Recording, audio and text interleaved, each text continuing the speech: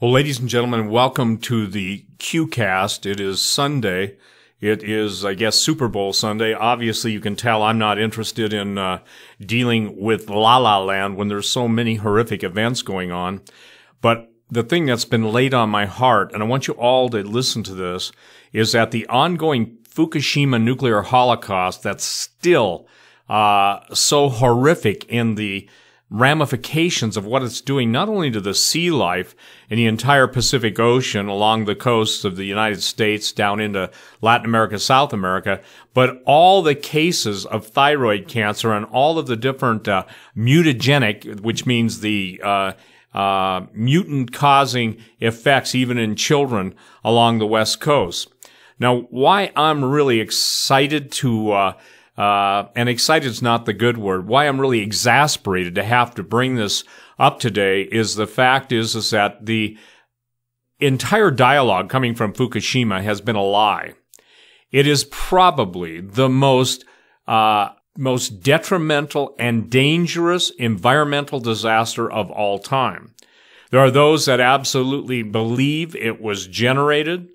If you can go back to Sam Cohen, the former defense secretary, the ability to generate everything from earthquakes to tsunamis is a given. Even on YouTube, there's a fabulous video, and I'm trying to think when it was, but anyway, it shows like blue beams going into the heart of the reactor. Now, whether you believe in neutron flux or not, in essence, what it indicates is somebody, even after generating the tsunami, or the earthquake that generated the tsunami, wasn't satisfied with that, so they had to go and basically kick in a little extra help. Now, when this thing started, and it was back on, and now here's what's interesting, March 11/11, notice that, double 11s. You know, I am astonished, again, that people who even discuss Fukushima are automatically labeled, obviously you know the word, conspiracy theorists. Yet, ladies and gentlemen, something as horrific as Chernobyl that got worldwide ongoing coverage doesn't even match what's going on in the different areas of nuclear meltdown that's taking place on Japan's coast. And today I put up an article on my website talking about a flashback that Fukushima, now notice these numbers, is 33,000 times more radioactive, or there's that many, 33,000 times the level of radiation that Chernobyl after it was covered in concrete. I want you to ask yourself the question, who has the most to gain by covering this up? I.e., the answer is the New World Order, or the New World Order, and the globalists. And what's perplexing is the fact for so many years now they've denied that the reactor cores had melted through, and today we're seeing massive amounts of stories now being released, so many so that it's tough for anybody to deny it any longer. So if you think the greatest environmental disaster in history would not be even given any consideration, why would you expect the truth to ever come out of the mainstream media?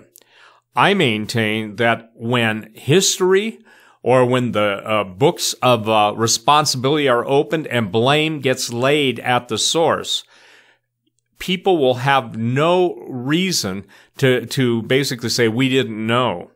Every time there's a new series of events where whales are beaching or jellyfish or the plankton are dying or the sardines are dying or the lowest rungs on the ocean's food chain are being basically just mass death, there's always somebody out there to say, oh, it's just those conspiracy guys. Well, I'm telling you this. It's no bloody conspiracy when you've got the amount of dead sea life that's never been experienced before. You've got the amount of dying mammals like they've never been seen before.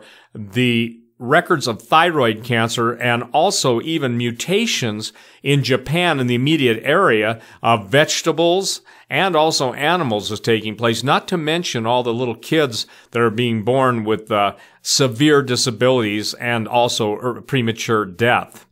Now, what's perplexing also is that you cannot get away from the fact that all the used nuclear fuel rods that should have been removed were not removed from Fukushima.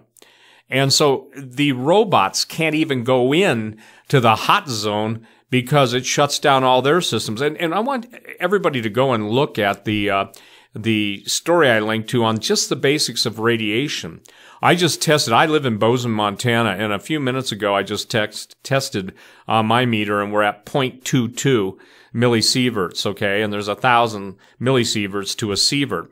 And this thing is kicking out 530 sieverts an hour. Well, just so you know, if you get 5 sieverts, that's considered almost guaranteed that you're going to be dealing with more than a lethal dose of 50. Lethal dose of 50 means 50% of the population exposed to a given amount of radiation is going to die. Now, again, what's fascinating is, according to Reuters, and I'm reading some of this stuff because I want you to get the full effect of all these facts, the combined amount of cesium-137 contained in those nuclear fuel rods is 14,000 times greater than what was released when the U.S. dropped the atomic bombs in Hiroshima at the end of World War II. And other estimates put it much higher. Now, I want to share something. If you don't believe we sow what we reap, we obviously hit Fukushima and Nagasaki with nuclear weapons. And now the peaceful use of the very technology that we introduced into Japan after the war to make them energy independent is being used against us. Boy, talk about, in retrospect, the idea of just radioactive water going into the Pacific is not the main point. The main point, and this is what's critical, is that there's plutonium, and look up plutonium. Different isotopes of plutonium and uranium have different half-lives. And when you're dealing with what happened in Fukushima, you're dealing with a whole different realm of nuclear physics with MOX reactors, in essence, breeder reactors that actually produce plutonium. So when we're dealing with the idea that any truth is going to come out of the mainstream media, I go back to the fact that it has been the desire of the globalists to kill, okay, to murder, to slaughter, to do away with literally billions of people.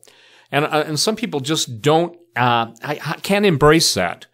And if you've got the most rich and powerful and famous people obviously pushing for global vaccinations, if you've got people just basically covering up the press because 6 major corporations own them, if you've got what you've been seeing in the recent headlines of the press systematically trying to undermine the current president of the United States, Donald Trump, and if you've got them denying every single connection to a communist overthrow or an attempted communist overthrow of the United States government, why would you ever expect that anyone would tell you the truth?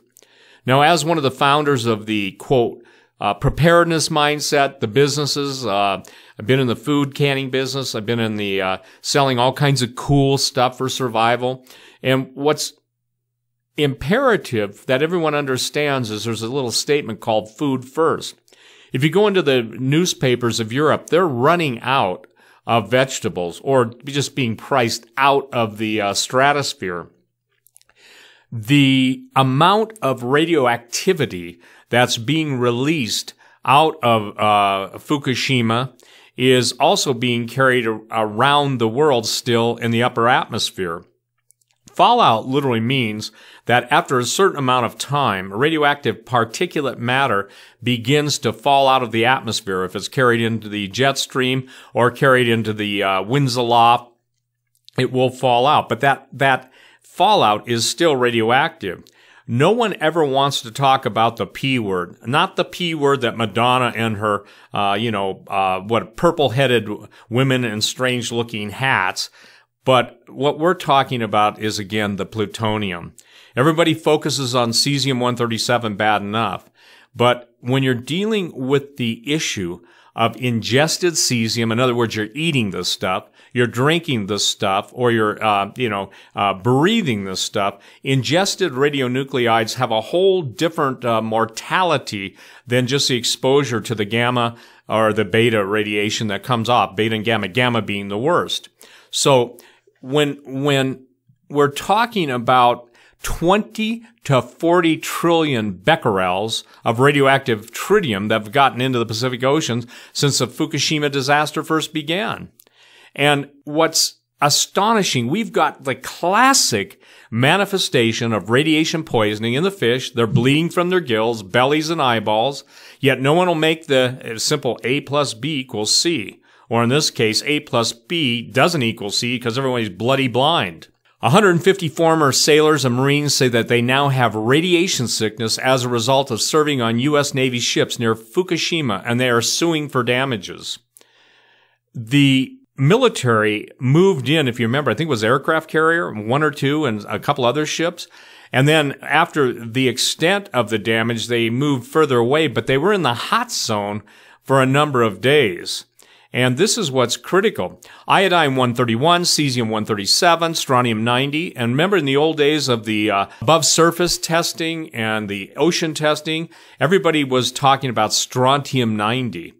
But what is problematic is that those of us in the northern hemisphere are going to be especially subjected to that. Now, this is why the old days when a lot of prep companies were telling you to get potassium iodate, telling you to get the different iodine derivatives, because iodine-131 can be ingested in the thyroid where it emits beta particles that damage tissue.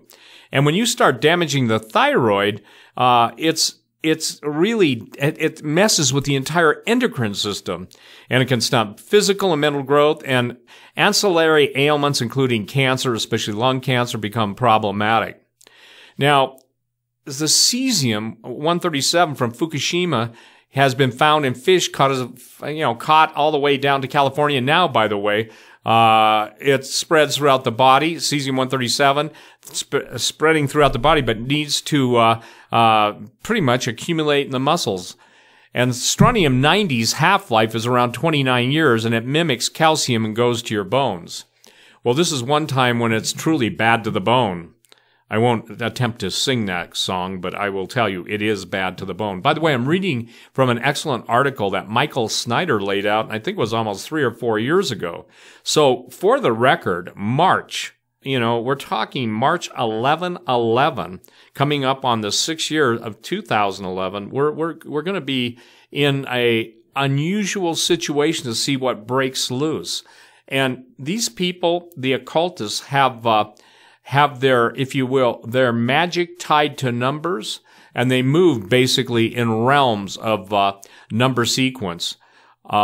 It's believed, listen to this, that the cesium levels at this point are somewhere anywhere from 20 to 40 times the level they were after the heavy atomic bomb testing in the Pacific after World War II. And when we see the endless release in the Pacific Ocean that will be ongoing for our lifetime, but our children's lifetimes, we have 40 million people alone in Tokyo that are having issues. I once maintained, I don't know if it will be, but at some point, should we have a major volcanic eruption around Mount Fuji, I can't even begin to tell you what my concerns would be beyond the obvious collateral damage from lava, ash, etc. But every day that this thing continues on, we should understand that the entire west coast of the United States and up into Alaska, down all the way into South America, obviously Latin America, on the western side of the Pacific, is becoming more and more at risk of very, very dangerous and damaging ramifications in the bodies of the people. So what am I saying we should do? Number one, stay on this Fukushima thing. Like I said, for the last couple of days, I'm trying to follow the direction of leading in my heart that I think is critical at this point. And when I start seeing so many lies clustering, that tells me that the mainstream press, or that, let's just say this, the control press, is trying to do damage control in anticipation of some really bad news coming out. Really bad news. we're talking about areas now that are going to be the DZs, the dead zones of the Pacific Ocean. We're talking about areas in literally Japan. Had this, how do I say this? If the same standards were applied that were applied to Chernobyl, go look do an internet search and see how closed down and literally it's a no-go zone going into Chernobyl. And you're talking about something in Fukushima that's 33,000 times more radiation. And people just kind of go, so what? Now, you can say, well, you're not saying so what, but what can you do about it? Number one, you hold your representatives accountable. Hopefully, with the new president, the new cabinet, people begin to see how this is. Now, I want to share something. There was a gentleman who developed a form of what would be called photoremediation of nuclear fission or nuclear byproduct breakdown. He was murdered. He had a company in, I think, Boise, Idaho, and I used to know his name because I used to talk about him all the time. But there are ways of neutralizing radiation known to the inner circle. But why would they neutralize? Again, I want to say that word, photoremediation. And if people don't think it isn't a big deal, then ask yourself, who has the most to gain by killing the guy that came up with probably one of the most brilliant ways to render active radioactive particles, just basically neutralize them. So the reality of what is happening is that it's planetary in scope. Getting back to all the most powerful men, the richest men. Remember, these are the people that want everybody else but them dead.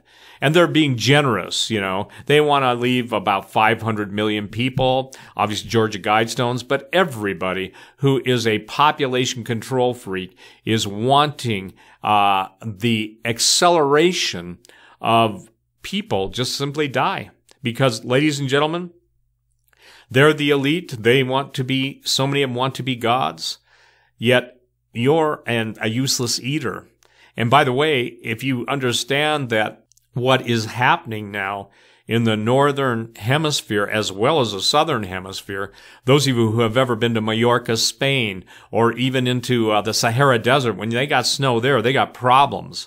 When you're seeing snow in Australia, when you're seeing snow throughout Southeast Asia, when you're seeing, if you will, anomalies that are off the chart because there were no charts capable of literally pinpointing the amount of damage being done. And so I want you to really pay attention to those articles I'm putting up on Fukushima and especially on the remediation, because one of the things you're going to have to move, and I'm saying this, at what level? Here's a question I'm going to pose to everybody who lives from Seattle down to the Baja.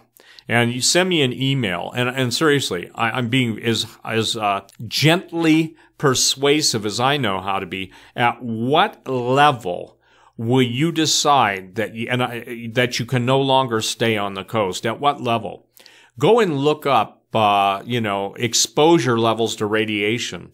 And look up, that some of this stuff is 530 sieverts, not millisieverts, sieverts an hour. And the thing is if you look at, lethal dose over a lifetime, I think most of the charts are 275, and that's over your lifetime. If you were exposed to just, thousands of this, they'd be treating you for radiation sickness. So that's why the fish are bleeding. Well, that's why they're being mutated. That's why everything's beaching. That's why they're dying. The food chain is interrupted. And ladies and gentlemen, when the plankton goes and when the sardines go all the way up the food ladder and the ocean, everything goes. And when the food goes, we go. So please, that's something that I really want you to consider. Again, this is Sunday, and we're talking about the very things going on in the oceans of the world. And when we're recorded in history, and by the way, Southern Hemisphere is not going to escape this. When history looks back, or even the judgment books are opened, if you ever have heard the statement that I used to coin on the talk, I think I coined it on the talk radio. I know I did. Dumb unto death. Now we're going to have to move to even a little stronger wording. Denial unto destruction. yours. If somebody says this is a conspiracy theory, fear-mongering, ask them to go tell you what the lethal dose of radiation is. Ask them to give you the background on Chernobyl. Ask them to give you the background on, obviously, the cover-up and cover-over of what's been going on with the amount of radiation and also the core of the reactors melting through. They've known it for a long time. So it's becoming more and more problematic. Now I'm going to basically jump to something that if you understand starvation, and with I think, and I'll stand corrected on this, but I think 60 to 70% of the world's population live around the coast and are dependent on the coastal food supply for their major protein sustenance. If you look back at Mount Tambora, Tambora, and when it exploded with supposedly the largest recorded explosion in volcano history, all the ash that went up into the upper atmosphere was distributed throughout the northern hemisphere so that it began really getting cold. And during that time period, obviously, Mary Shelley wrote her book, Frankenstein, the Monster. There were so many events happening during that time period, but the bottom line was the people that had food or had money could eat, not on the same level they used to be able to, but so many people starved and so many people died. You've got to ask yourself this.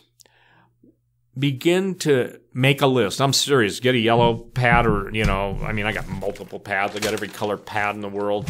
I write, a lot of stuff on them. I throw them on the floor, and then I go back and remember that my stuff for this was on this pile or that pile until you come in and walk into my floor and you slip, because it's like skating on ice because you're skating on paper. Then you decide, hey, it's a good time to pick it up. By the way, I had somebody come to my store from, Michigan or Minnesota, and they said, can I see your office? I said, sure. They said, do you really keep your files like that? I said, yeah. And I took them by the hallway down to my office, and they just couldn't believe it. You really do that? I said, yeah. And actually, I guess I should do it, clean it up more, because all it takes is one slip, and, it forces me. A little, if you will, humor, but that's really the case. So, ladies and gentlemen, I think 6 volcanoes have come active today. And these are not just dormant ones that are all of a sudden springing to life, but if somebody's out there that has the ability to calculate, do advanced math, I would like to propose this. I'll give you all the credit. I'll bring you on a radio show or a podcast, Skype, whatever. And I'd like you to calculate the amount of cubic, if you will, the cubic feet of ejecta going into the upper atmosphere. I mean, when you've got like Kamchatka Peninsula volcanoes, they're ejecting ash into the upper atmosphere, sometimes 5 miles, sometimes 6 miles, I think 8 miles high. The cumulative effect of that, it all goes up into the upper atmosphere, and depending on the winds aloft, is carried around the world. It is my contention that the global warming liars will never talk about that because, again, don't confuse them with history. Don't confuse them with the truth, meaning us. Just give them the lies. And here's another statement. When you buy the lie, you're going to die. I'm surprised and antagonized by people that can never answer the question, why is denial a good thing in the face of evidence to the contrary? Well, I believe that those of you that are listening to this QCast and will share it with your friends, tell them this. At the end of the day, the most important thing you can do is remember that Esau sold his birthright for something to eat. And I won't even go into details on this podcast of what the history of starvation. Women sell everything. I don't know if most people even know this, but during the Great Depression in the United States, people were selling their children to childless couples because they simply couldn't feed them. I think there's some photos in the last week on some photos of the Great Depression showing this. Please understand, it's double F's. No, not that. It's food first, food first, food first, triple F's. Quadruple F's, food first. as Hawk says, if it's a simple can of beef soup. Now, I understand not everybody can, stomach whatever soup brands are out there, but the alternative is worse. You don't even begin to think about anything else until you have a basic understanding of food. And ladies and gentlemen, again, I would encourage you to ponder this. Those of you who are capable of leaving and getting out of where you're at, I recommend you go to my website, stevequayle.com, and trying to remember where it's at. On the right-hand side, my Ozark homestead, it's literally to the right off the right side of my page. And look there, there's a group of people that are putting together communities that have small houses, nice houses. They're just small in size, but also bunker space. Again, you see the billionaires have bailed out to New Zealand. You see the millionaires are bailing out into their million-plus condos. This is something that the average family can do. Why do I believe in it? Am I pushing it? By the way, I have no financial ties to them. I only basically put their ad on my website. The important thing is this. If you don't move now, what makes you think you can move later? Again, I want those of you to send me who live on the West Coast, from Seattle, even into Canada, even into Alaska.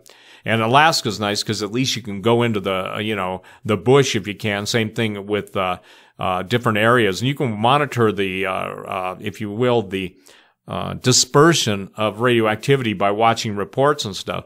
But even then, whenever there's a surge in radiation, that's taken down also. Everything is designed in modern mainstream vomit brokering to keep the truth out of you. So here's the deal.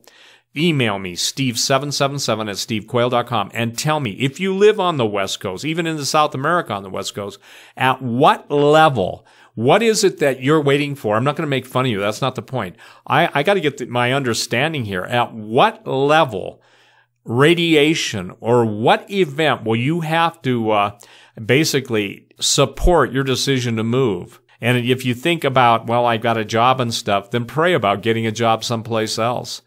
But I would like to hear from you. Well, listen, God bless you. Thank you for tuning in today to the QCast. Again, we'll get this up as fast as we can. But pay attention. If I put for information or background stories on my website, sometimes I won't say anything because I don't want them to pull them off.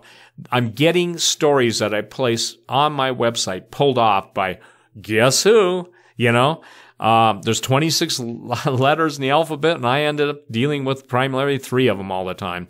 So if you would be so kind, ladies and gentlemen, please start thinking about this. It's more about your family than it is you. But what a great time to be alive and to be able to witness to the Word of God coming to pass as the days of the book of Revelation the pages are opening up, and I guess you'd say John the Revelator is raising the revelation to this time. I believe God is granting unusual grace to understand it. It's not a metaphor. It's not just a bunch of stories. It's incredibly important. Next update as it comes, but probably Tuesday. Thanks again. Bye-bye.